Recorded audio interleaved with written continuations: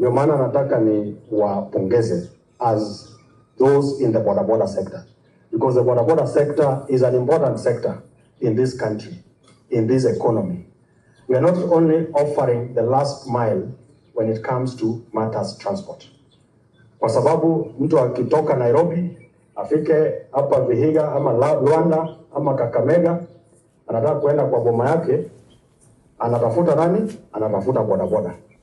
So you play a big role in the development of the economy of this country.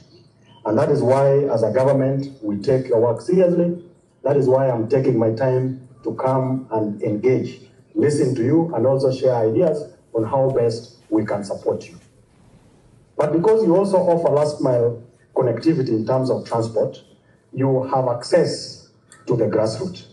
Nyinyi ndio mko kwa ground.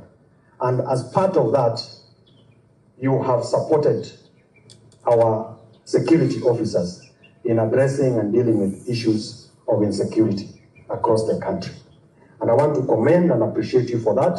And I'm asking that we need to continue with that relationship. We need to strengthen that relationship so that we can have a country that is safe and secure for everyone to go about their businesses.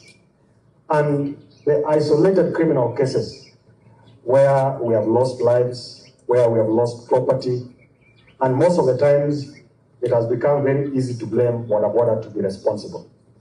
I believe that if we work closely, we'll be able to weed out the criminal elements that are amongst you who are pretending to be doing bodaboda business but are interested in other things, or other criminals generally who want to use bodaboda to help them move in terms of going to places where they commit crime.